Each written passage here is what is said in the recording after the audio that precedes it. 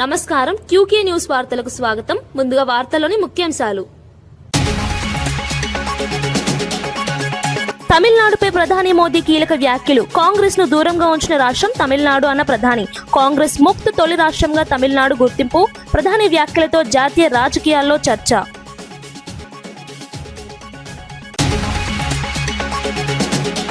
విశాఖలో Khamenei సంతాపంగా కొవ్వొత్తుల rally. Abid Nagar షియా మసీదు వద్ద సంతాప సభ. రంజాన్ మాసంలో ఇరాన్ దాడిపై నిరసన నినాదాలు. శాంతియుతంగా ముగిసిన పోలీసు భద్రత కార్యక్రమం.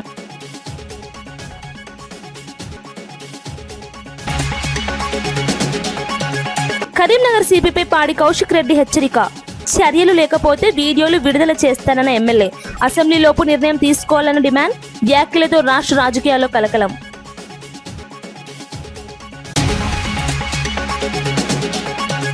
రాహుల్ పర్యటనపై బీజేపీ తీవ్ర విమర్శలు. 6 గ్యారంటీల అమలుపై కాంగ్రెస్ ను ప్రశ్నించిన నేత. హామీలు నెరవేర్చక పర్యటనలపై అభ్యంతరం. రాష్ట్రంలో మాటల యుద్ధం మళ్లీ ప్రారంభం.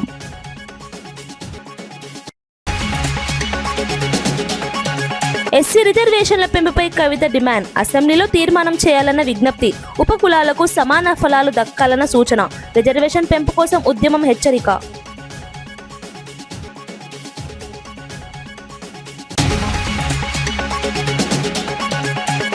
తమిళనాడు రాష్ట్రం గత 6 దశాబ్దాలుగా కాంగ్రెస్ పార్టీని అధికారానికి దూరంగా ఉంచిందని ప్రధాని నరేంద్ర మోదీ వ్యాఖ్యానించారు. దేశంలోని కాంగ్రెస్ ముక్తిగా నిలిచిన తొలి రాష్ట్రం తమిళనాడేనని ఆయన పేర్కొన్నారు. తమిళ ప్రజలు కాంగ్రెస్ సిద్ధాంతాలను నిరంతరం తిరస్కరిస్తూ వచ్చారని అన్నారు. తమిళ సంస్కృతి అస్తిత్వం పట్ల కాంగ్రెస్ వైఖరిని ప్రజలు స్పష్టంగా గుర్తించారని తెలిపారు. జాతీయ రాజకీయాల్లో తమిళనాడు ప్రత్యేక మార్గాన్ని ఎంచుకుందని ఆయన అభిప్రాయపడ్డారు. ప్రాంతీయ స్వాభిమానాన్ని కాపాడే దిశగా అక్కడి రాజకీయ పరిస్థితులు అభివృద్ధి చెందాయని చెప్పారు. ప్రధాని వ్యాఖ్యలు దేశ రాజకీయాల్లో చర్చనీయాంశమయ్యాయి. కాంగ్రెస్ నేతలు దీనిపై ఎలా స్పందిస్తారన్నది ఆసక్తిగా మారింది. It was Congress that gave away Kachitivu. Then DMK did not do anything. When Congress government was at the center and DMK was supporting them, their government issued a notification banning Jallikattu through an ordinance. It was we who ensured Jallikattu could continue. It was we who showed respect to Tamil culture by giving the Sengol a pride of place in the parliament. Kakinada జిల్లా వేట్లపాలెంలో జరిగిన భారీ పేలుడుపై MLC తోట త్రిమూర్తులు తీవ్ర దిగ్భ్రాంతి వ్యక్తం చేశారు. ఇప్పటికే 18 మంది మృతి చెందినట్లు సమాచారం ఉందని, సంఖ్య ఇంకా పెరిగే అవకాశం ఉందని ఆవేదన వ్యక్తం చేశారు. గతంలో జరిగిన ఘటనలపై కమిషన్ దర్యాప్తులు ఆచరణలోకి రాలేదని విమర్శించారు. మృతుల కుటుంబాలకు వెంటనే 50 లక్షల ఎక్స్గ్రేషియా ప్రకటించాలని డిమాండ్ చేశారు. రాష్ట్రంలో వరుస ప్రమాదాలకు ప్రభుత్వం బాధ్యత వహించాలని అన్నారు. ఈ ఘటనపై సమగ్ర దర్యాప్తు చేసి బాధ్యులపై చర్యలు తీసుకోవాలని కోరారు. సుమారు 18 మంది చనిపోయారు. ఆ చనిపోయినటువంటి వ్యక్తుల యొక్క బాడీ ఎక్కడుందో, ఎవరు చనిపోయారో ఎవరు చనిపోయారో కూడా తెలియకుండా అనేటువంటి పరిస్థితుల్లో అంత పెద్ద పేలుడు అనేటువంటిది జరిగింది. సుమారు ఆ చుట్టుపక్కల వాళ్ళందరూ మాట్లాడే దాని ప్రకారం చూసుకుంటే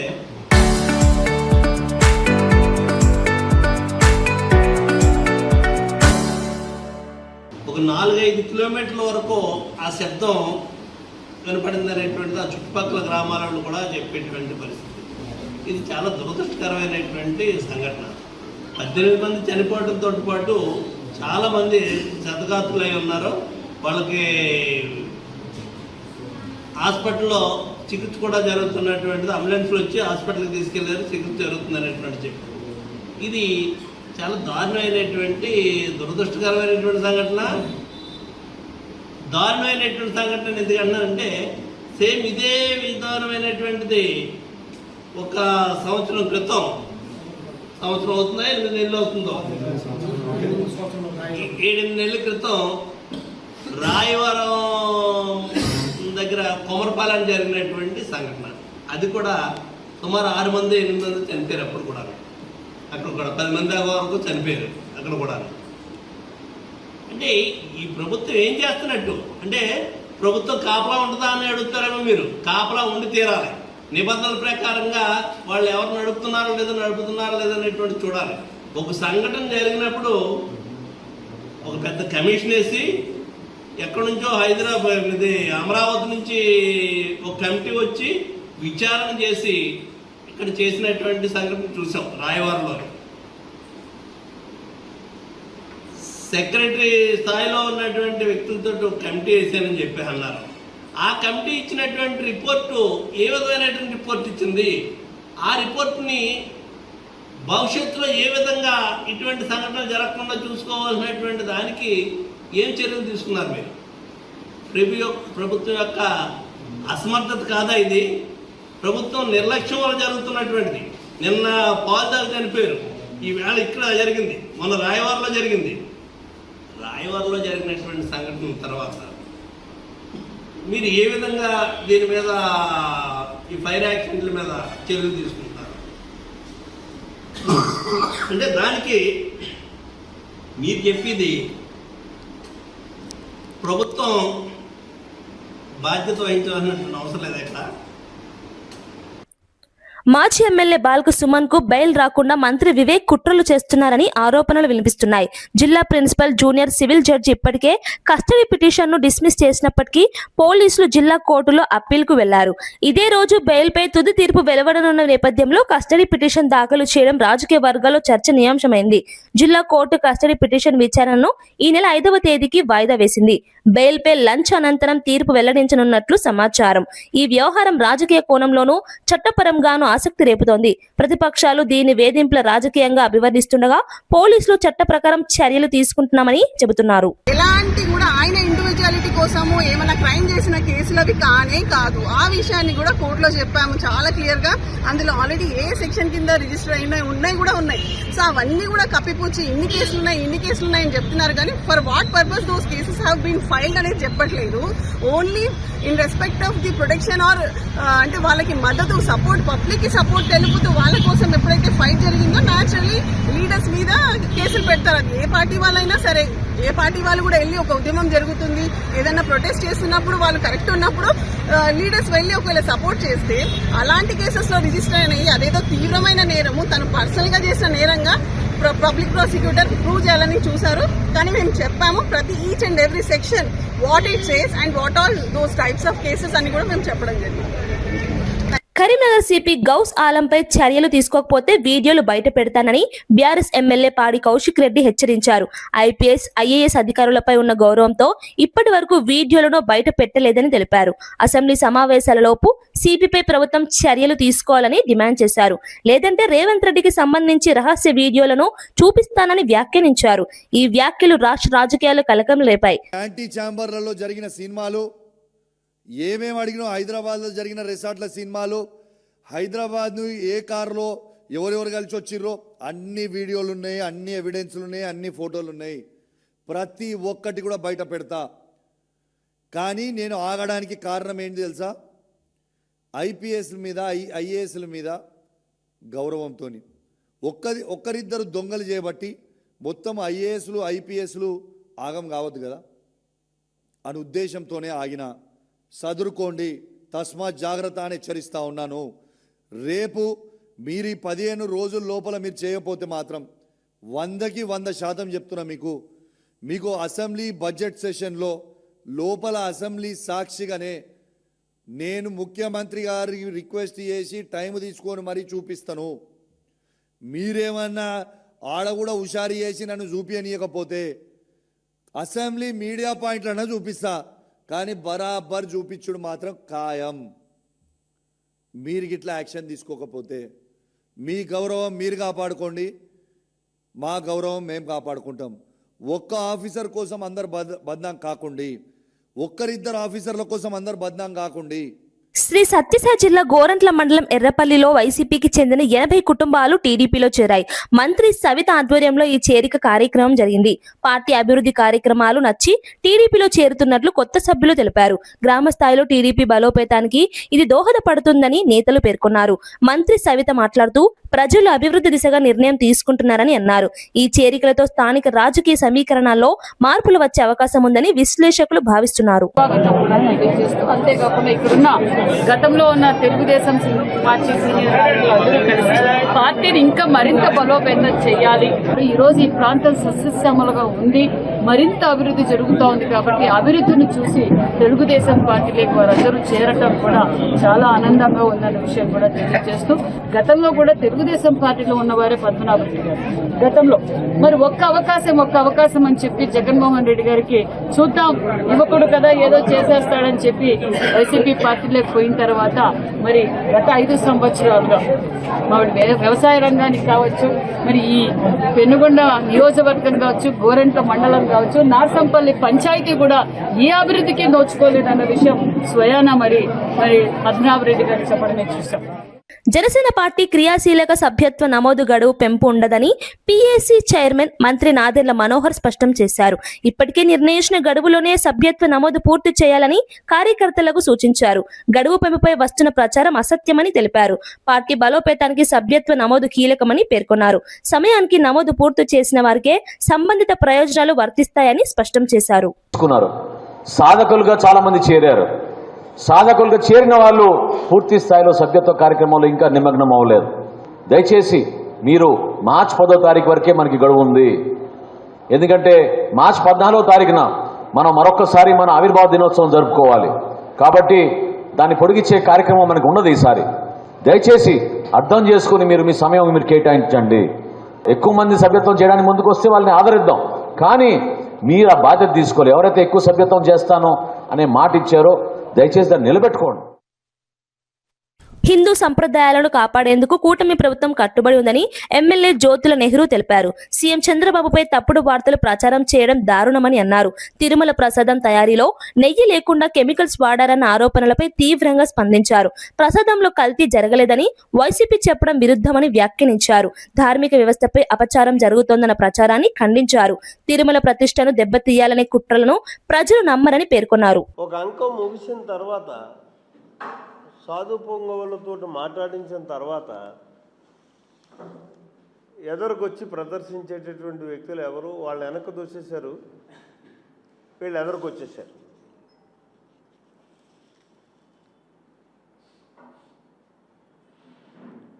అంటే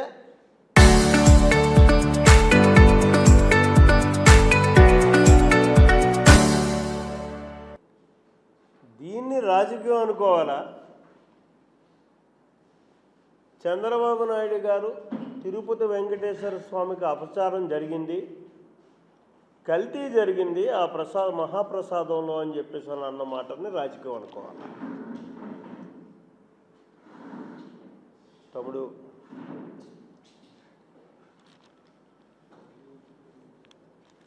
ఇక్కడ వీళ్ళంతా ఎదురుకు వచ్చేసారు. ఈ వచ్చిన వాళ్ళు ఎవరండి? వైఎస్ఆర్సీపీ నాయకులు.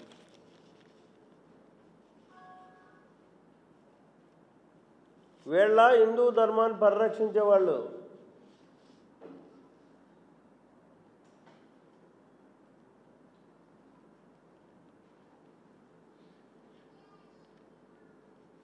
పోనీ వెనకుండి ఆ సాధు పొంగవులతో వీళ్ళు మొత్తం కంప్లీట్ చేస్తే ఈ సమావేశాన్ని ఇవాళ ఇంత మనం ఇది చేయడానికి అక్కర్లేదు.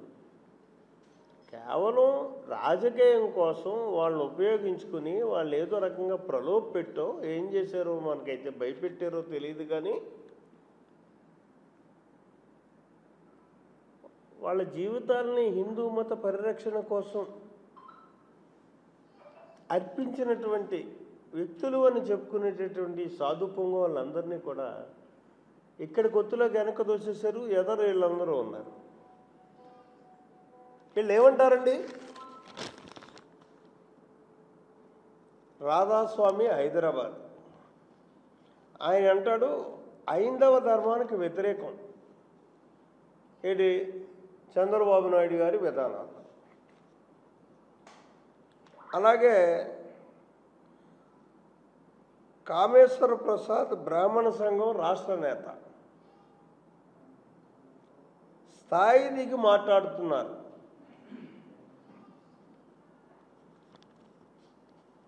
అలాగే మల్లాది విష్ణు గారు, ఈయన ఎవరండి?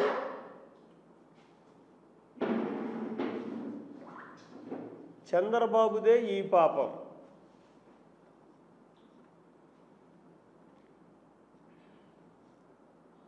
ఇది మల్లాది విష్ణు గారు.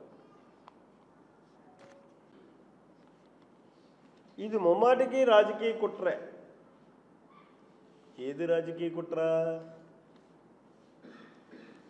కలియుగ దైవం పట్ల సీఎం చంద్రబాబు చేస్తున్నది మహాపచారం.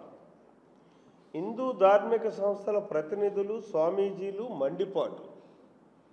వీళ్ళ స్వామీజీలు రాజకీయ లబ్ధి కోసం దిగజారి వ్యవహరించడం క్షమార్హం కాదు.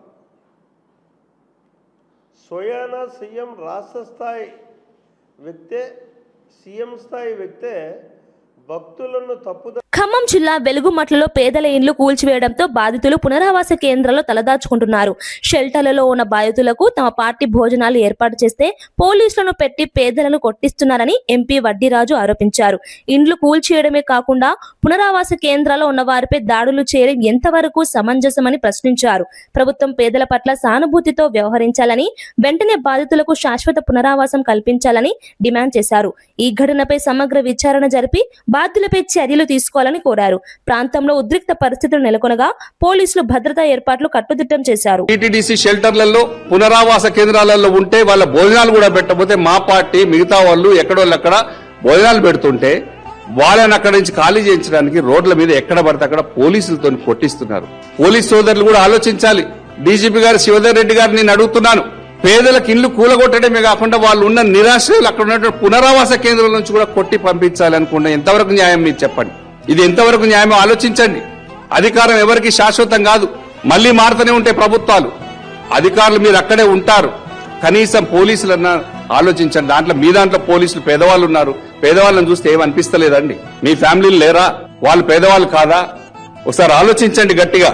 ఖమ్మంలో నిన్న సంఘటన, ఎక్కడ పడితే అక్కడ కొడితే కాలువలలో పడ్డారు, ఉరికించి కొడుతున్నారు. అంటే ఇక్కడి నుంచి ఖాళీ చేయండి, ఈయన ఉంటే రోజుకో సంఘటన జరుగుతుంది, వివిధ పార్టీల వాళ్ళు వస్తున్నారు, ఇది దేశమంతా తెలిసిపోతుంది, మేము చేసిన తప్పు బయటపడుతుంది అని చెప్పేసి ఆ తప్పును ఎప్పటికీ ఆపలేరు. ఎందుకంటే మీడియా చాలా స్ట్రాంగ్ గా ఉంది, సోషల్ మీడియా అద్భుతంగా పనిచేస్తుంది.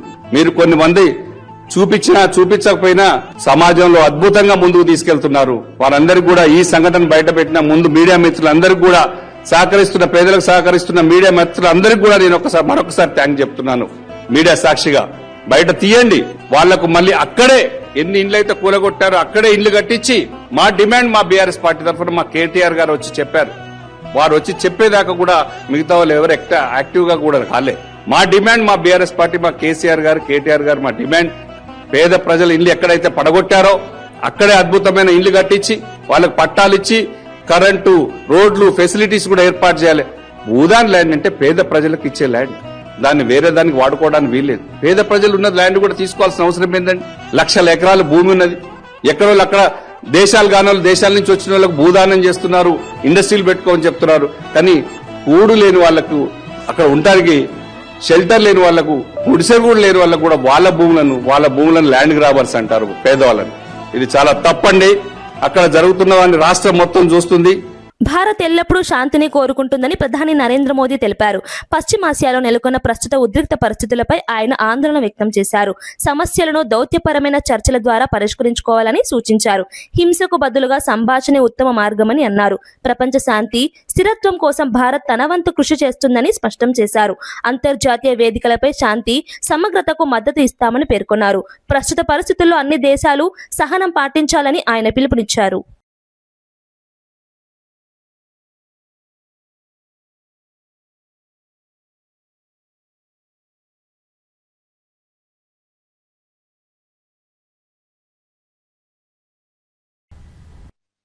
ने सदैव शांति और स्थिरता बनाए रखने का आह्वान किया है और जब दो लोकतंत्र साथ खड़े होते हैं तो शांति की आवाज और भी सशक्त हो जाती है।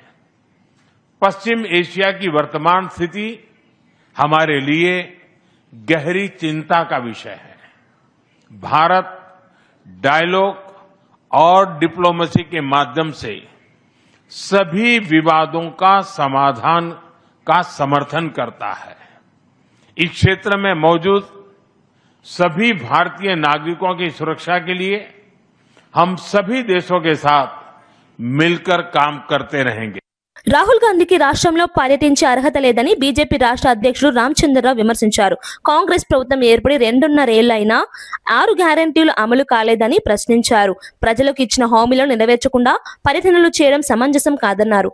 రాష్ట్రంలో అభివృద్ధి, సంక్షేమం విషయంలో కాంగ్రెస్ విఫలమైందని ఆరోపించారు. ప్రజల సమస్యలపై దృష్టి పెట్టాలని సూచించారు. ఈ వ్యాఖ్యలతో రాష్ట్ర రాజకీయాల్లో మరోసారి మాటల యుద్ధం ప్రారంభమైంది. మీరు రాహుల్ గాంధీ గారిని అడుగుతా ఉన్నాను, మీరు ఏ మొహంతో ఈరోజు తెలంగాణ వచ్చారు? ఆ రోజు చాలా గొప్పగా చేవెళ్లలో ఎస్సీలకు అన్యాయం చేశారు, కామారెడ్డి డిక్లేర్ చేసి బీసీలకు అన్యాయం చేశారు, వరంగల్ డిక్లరేషన్ చేసి రైతులకు అన్యాయం చేస్తా ఉన్నారు. రైతులకు రైతు భరోసా లేదు. ఇంతవరకు 2.5 సంవత్సరాల్లో రైతుల అకౌంట్ లో ఎంతవరకు రైతు భరోసా వేశారని చెప్పేసి ప్రభుత్వాన్ని ప్రశ్నిస్తున్నాను. రాహుల్ గాంధీ ఎట్లా వస్తారండి? మీరు చెప్పినటువంటి 6 గ్యారంటీలు ఒక్క గ్యారంటీ కూడా పూర్తి చేయనటువంటి ప్రభుత్వము. రాహుల్ గాంధీ గారు, మీ ముఖ్యమంత్రి ఇక్కడ మాట తప్పాడు కాబట్టి మీరు ఇక్కడ ఎట్లా వస్తారని చెప్పి అడుగుతా ఉన్నాను. మీకు ఏమి నైతిక అధికారం ఉంది? రాహుల్ గాంధీ గారికి నైతిక అధికారం తెలంగాణ రావడానికి లేదు. దేశాల మధ్య శాంతి నెలకొల్పేందుకు యుద్ధం చేయడం మూర్ఖత్వమని సిపిఐ సీనియర్ నేత నారాయణ అన్నారు. వెంటనే ఇరాన్పై అమెరికా, ఇజ్రాయెల్ చేస్తున్న యుద్ధాన్ని నిలిపివేయాలని డిమాండ్ చేశారు. యుద్ధం వల్ల సామాన్య ప్రజలే నష్టపోతారని పేర్కొన్నారు. సమస్యలను చర్చల ద్వారానే పరిష్కరించుకోవాలని సూచించారు. అంతర్జాతీయ సమాజం జోక్యం చేసుకుని శాంతి స్థాపనకు కృషి చేయాలని కోరారు. ప్రపంచ శాంతి, మానవతా విలువలను కాపాడాల్సిన బాధ్యత అన్ని దేశాలదేనని అన్నారు. మరి ప్రపంచం మొత్తం హతరాకుతరం అయిపోయింది. మన దేశాల రేట్లు పెరిగినాయి, డాలర్ రేట్లు పెరిగిపోయినాయి, రూపాయి విలువ పడిపోయింది, అంతా సంక్షోభంలో వచ్చేసింది. చివరికి మన భారతదేశం ఉన్నటువంటి లక్షలాది మంది కార్మిక శ్రామికులు అటు గల్ఫ్ కంట్రీస్ లో, అరబ్ కంట్రీస్ లో ఉన్నటువంటి వాళ్ళందరూ కూడా ఇబ్బంది పడతారు, బయట రాలేకపోతున్నారు. దాదాపు 444 విమానాలు రద్దయిపోయినాయి. ఎక్కడ పెడితే అక్కడ విమానాశ్రయాల మీద పడి ఉన్నారు, ఎండల్లో ఉన్నారు. మేము ఫోన్ చేస్తే తెలిసిన వాళ్ళకి, బంధువులకి, మేము ఇంట్లోనే ఉన్నాం, బయట రావడం అని అంటున్నారు. కొమేని ఇరాన్ సుప్రీమోని వాళ్ళ దేశ ప్రజానీకం శిక్షిస్తే మనకేమో అభ్యంతరం లేదు, వాళ్ళ దేశ ప్రజానీకం ఏమైనా శిక్షించలే. కానీ ట్రంప్ చంపించేశాడు. ఆ దేశాల్లో ఆ గవర్నమెంట్ ఉంటాయి, బాగోగులు వాళ్ళు చూసుకుంటారు. ప్రజా వ్యతిరేక విధానం ఉంటే ఆ దేశ ప్రజానీకం వాళ్ళని తోసేస్తారు. ట్రంప్ ఎవరు, తర్వాత ఇజ్రాయెల్ ఎవరు ఆయా దేశాలను తొలగించడానికి? ఇది కేవలం యుద్ధోన్మాదం అనేది టెర్రరిజానికి వ్యతిరేకం కాదు, టెర్రరిజం ప్రోత్సహిస్తున్నారు. అలాంటి టెర్రరిస్టు ప్రోత్సహించేటువంటి అమెరికా సామ్రాజ్యవాద వైఖరిని, తర్వాత ఇజ్రాయెల్ వైఖరిని భారతదేశం తీవ్రంగా ఖండించాల్సిన అవసరం ఉంది. పుట్టుకతోనే వినికిడి కోల్పోయిన చిన్నారులకు అనంతపురం కిమ్స్ సవేరా ఆసుపత్రిలో ప్రభుత్వ ఆర్థిక సహాయంతో కోక్లియర్ ఇంప్లాంట్ శస్త్రచికిత్సలు నిర్వహించారు. ఈ ఆధునిక శస్త్రచికిత్స ద్వారా వినికిడి సమస్యతో బాధపడుతున్న పిల్లలకు కొత్త జీవితం లభించనుంది. వైద్యుల బృందం ప్రత్యేక పరికరాల సహాయంతో విజయవంతంగా శస్త్రచికిత్సలు నిర్వహించినట్లు తెలిపారు. ప్రభుత్వ పథకాల ద్వారా ఖరీదైన చికిత్స అందుబాటులోకి రావడం తల్లిదండ్రులకు ఉపశమనం కలిగించింది. శస్త్రచికిత్స అనంతరం పిల్లలు శబ్దాలకు స్పందించడం ప్రారంభిస్తారని వైద్యులు పేర్కొన్నారు. ఇలాంటి వైద్య సేవలు గ్రామీణ ప్రాంతాల వారికి అందించడం అభినందనీయమని పలువురు అభిప్రాయపడ్డారు. ఆల్మోస్ట్ ఒక 50 సర్జరీస్ అనేది చేయడం జరిగింది. ఫ్రీ ఆఫ్ కాస్ట్ అండి, విత్ గవర్నమెంట్ సపోర్ట్ చేయడం జరిగింది. స్క్రీనింగ్ చేసి ఈ సర్జరీకి క్వాలిఫై అయిన పీపుల్ని తీసుకుని వచ్చి వాళ్ళ సర్జరీస్ చేసి వాళ్ళకి మంచి జీవితాన్ని ఫ్యూచర్లో వచ్చేలాగా చూస్తున్నారు. ఇలాగే ఇంకెవరైనా సరే రిక్వైర్మెంట్ ఉన్న వాళ్ళు ఎవరైనా సరే అప్రోచ్ అయితే వాళ్ళందరూ కూడా సర్జరీ చేయడానికి విల్లింగ్గా ఉన్నారు. సమాజంలో ఎవరైతే వినికిడి లోపంతో బాధపడి చదువులు కోల్పోతున్నారో వాళ్ళందరికీ మనము హెల్ప్ చేసి వాళ్ళని హీరింగ్ ఎయిడ్స్ ద్వారా కానీ లేకపోతే కాక్లియర్ ఇంప్లాంట్ సర్జరీస్ ద్వారా కానీ వాళ్ళని వినపడేలాగా చేసి క్లాస్ రూమ్స్కి తీసుకెళ్ళాలి అనేది ఉద్దేశం అండి. అందరినీ మేము కోరేది ఏంటంటే ఇలాంటి పిల్లల్ని మీరు ఎక్కడైనా గమనించినా సరే వెంటనే వాళ్ళకి హీరింగ్ టెస్టులు చేయించి మా దగ్గరికి పిలుచుకొని వస్తే ఆరోగ్యశ్రీ ద్వారా ప్లస్ ఈహెచ్ఎస్ ప్రోగ్రామ్ ద్వారా గవర్నమెంట్ స్కీమ్స్ ద్వారానే ఫ్రీ ఆఫ్ కాస్ట్ మనం సర్జరీస్ చేయగలుగుతున్నాము. ఈ సర్జరీస్ ప్రైవేట్గా చేయించుకోవాలనుకుంటే వాళ్ళకి మినిమం 8 to 10 lakhs ఖర్చు వస్తుంది. సో అలాంటివన్నీ మనము గవర్నమెంట్ సపోర్ట్తో ఫ్రీగా చేయగలుగుతున్నాము. జనాభా దామాషా ప్రకారం ఎస్సీ రిజర్వేషన్లు పెంచాలని తెలంగాణ జాగృతి అధ్యక్షురాలు కల్వకుంట్ల కవిత డిమాండ్ చేశారు. అసెంబ్లీ బడ్జెట్ సమావేశాల్లోనే ఈ అంశంపై తీర్మానం చేయాలని కోరారు. ఎస్సీ ఉప కులాలకు రిజర్వేషన్ ఫలాలు సమానంగా దక్కాలని ఆమె అన్నారు. విద్య, ఉద్యోగాల్లోనే కాకుండా రాజకీయ రిజర్వేషన్లు కూడా ఇవ్వాలని సూచించారు. ఎస్సీ రిజర్వేషన్ల పెంపు కోసం జాగృతి దళిత సంఘాలతో కలిసి ఉద్యమిస్తుందని ప్రకటించారు. హైదరాబాద్ లో ఎస్సీ ఉప కులాల నేతలతో సమావేశమై చర్చలు జరిపారు. సామాజిక న్యాయం సాధనకు రిజర్వేషన్లు కీలకమని కవిత పేర్కొన్నారు.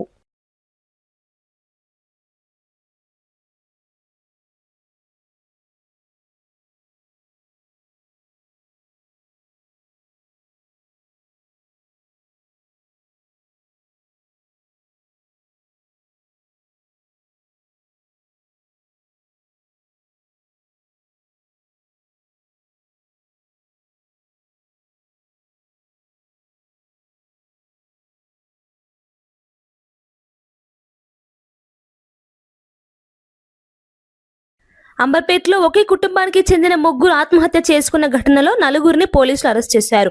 అధిక వడ్డీ అప్పుల వేధింపులు తాళలేక ఆత్మహత్యకు పాల్పడ్డారని దర్యాప్తులో తేలిందని సికింద్రాబాద్ డీసీపీ రక్షితామూర్తి తెలిపారు. రామ్రాజ్, మాధవి దంపతులు వారి కుమారుడు శశాంక్ రాజ్ గత నెల 24న ఆత్మహత్య చేసుకున్నారు. వ్యాపార అవసరాల కోసం 57 లక్షల అప్పు తీసుకుని మహమ్మద్ వాసి జమాన్, రాజశేఖర్ రెడ్డి, నవాజ్, మాజిబ్ హైదర్లను అరెస్ట్ చేసి రిమాండ్ కు తరలించారు.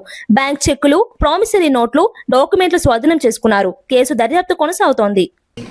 Lot of promissory notes and checks కూడా కొన్ని ఉన్నాయి. ఇది empty promissory notes and a lot of empty checks that మీరు సైన్ చేసి ఇచ్చారు. ఇదిలో చూస్తే రామ్ రాజ్ వాళ్ళ సిగ్నేచర్ ఉంది, ఇంకొకటి శశాంక్ రాజ్ వాళ్ళు కూడా సిగ్నేచర్ ఉంది. సో ఇట్లాగే చాలా సిగ్నేచర్ ఉంది. ఒక ప్రాపర్టీ కూడా వాళ్ళు ప్లెజ్ చేశారు, ఒక 3 acres to Rajasekhar. And MoU కూడా సైన్ చేసుకున్నారు దట్ ఇట్లాగే మేము ఇస్తున్నాము మీకు లోను అండ్ ఎన్ని మంత్స్కి, ఇది ఒక ఇయర్కి, అండ్ పర్ మంత్ ఎంత ఇవ్వాలి. సో ఆల్ దీస్ డీటెయిల్గా రాసిన్నారు. బట్ ఐ థింక్ వాళ్ళు ఆ బిజినెస్ వల్ల they were not able to make good returns, so they got stuck in this trap of loans. Idi land documents that they have pledged. So ivanni manaki dorikindi.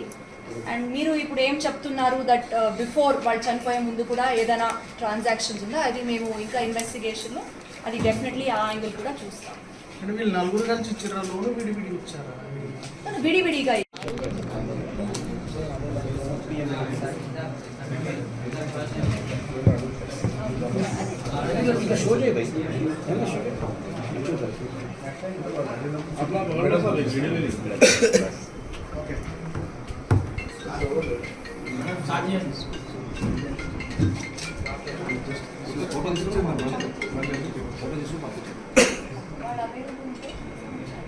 Vicious circle అండి. ఒకసారి ఒక trap అయిపోతే then అదిని తీర్చడానికి ఇంకొక money lender, so they get in to a continuous cycle and అది వల్ల ఈ ముగ్గురు వాళ్ళు చనిపోయారు. So I request the public that not to go to such money lenders who charge high rate of interest and also not to pledge their hard-earned properties and their hard-earned incomes. So I request public to not fall into this trap. Okay, ఈరోజు Amberpet police station వాళ్ళు ఒక 4 మంది accuse పర్సన్స్ని మనకి recently 24th February జరిగిన triple suicide కేసులో ఈరోజు arrest చేస్తున్నాము. మీకు అందరికీ తెలుసు, మొన్న 24th నాడు ఉదయం ప్రాంతంలో మనకి ఈ అంబర్పేట్ పిఎస్ లిమిట్స్లో ముగ్గురు చనిపోయారని ఒక సమాచారం వచ్చింది. సో మేము అక్కడ వెళ్తే ఇద్దరు, దట్ ఈస్ రామ్రాజ్ అని ఒకరు, దెన్ వాళ్ళ భార్య మాధవి అండ్ వాళ్ళ అబ్బాయి శశాంక్, వాళ్ళ ముగ్గురు కూడా వీళ్ళు బాపు నగర్ ఉండే ఇల్లు వాళ్ళు చనిపోయే స్థితిలో మనకి దొరికారు. ఇమీడియట్లీ వాళ్ళ అమ్మాయి నుంచి కంప్లైంట్ తీసుకున్నాము and weave registered a case under crime number 109/26/194 BNSS. ఇదిలో ఇద్దరు వర్ ఫౌండ్ హ్యాంగింగ్ వాళ్ళ ఇంటిలో అండ్ ఒకరు. ఇవి ఈనాటి వార్తా విశేషాలు. మరో బులెటిన్లో మళ్ళీ కలుద్దాం. నమస్కారం.